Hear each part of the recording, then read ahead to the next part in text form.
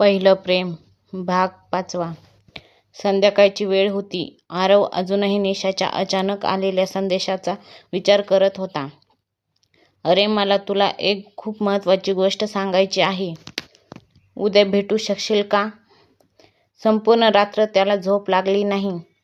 निशाच्या आवाजात काहीतरी वेगळं होतं. उत्साहही होता आणि थोडी काळजीही होती.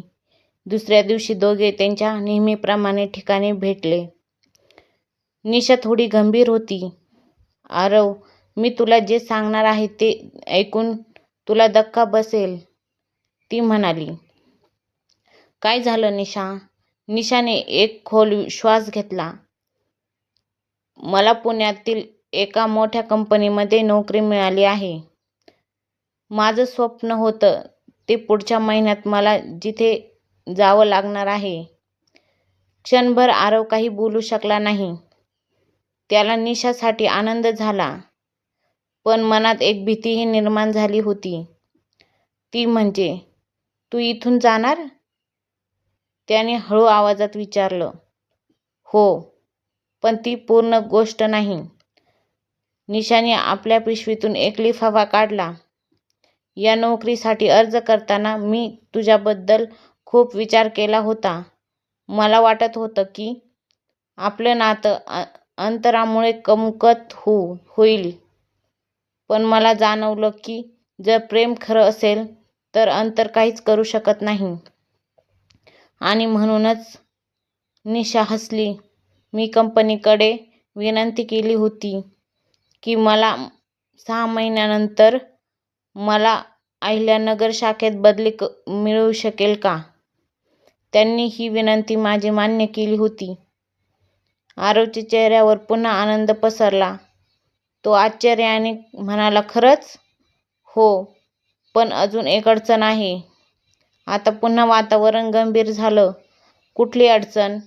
आरवने विचारलं. माझ्या घरी आपल्या नात्याबद्दल माहिती झाली आहे. हे ऐकताच आरवचा चेहरा पडला.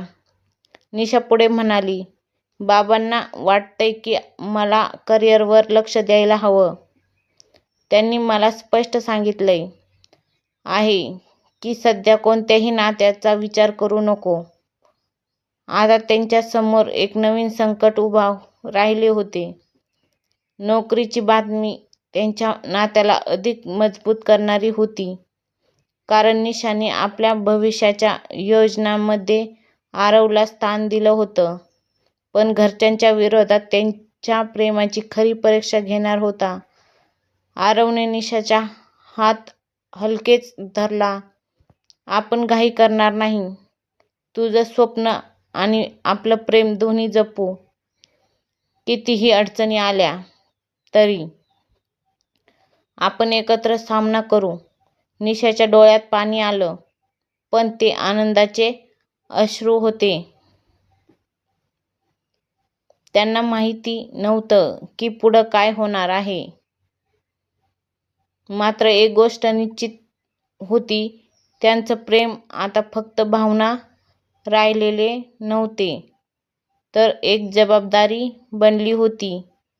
पुढील भागात निशाच्या वडिलांची आरव सोबत पहिली भेट आणि अनपेक्षित अट भाग 6 मध्ये पाहू. धन्यवाद.